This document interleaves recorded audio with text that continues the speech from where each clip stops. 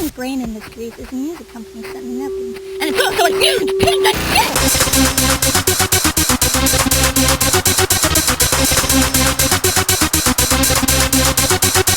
If I find that motherfucker that founded Brn1ng Industries, I'm gonna clip his head off and eat his legs right in front of his mother!